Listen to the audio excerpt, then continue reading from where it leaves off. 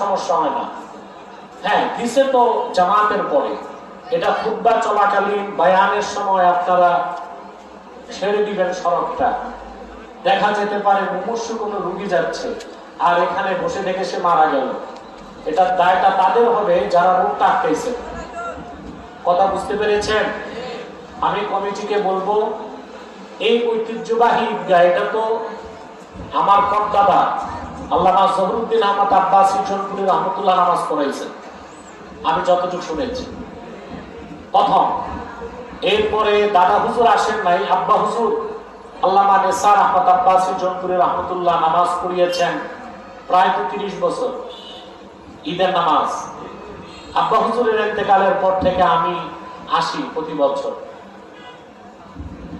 আপনাদেরকে আমি বলবো, 100 যুবকের একটা ভলান্টিয়ার টিম করতে হবে আপনাদের আগামী বছর, যাদের কাজ থাকবে সড়কটা নিয়ন্ত্রণ করা।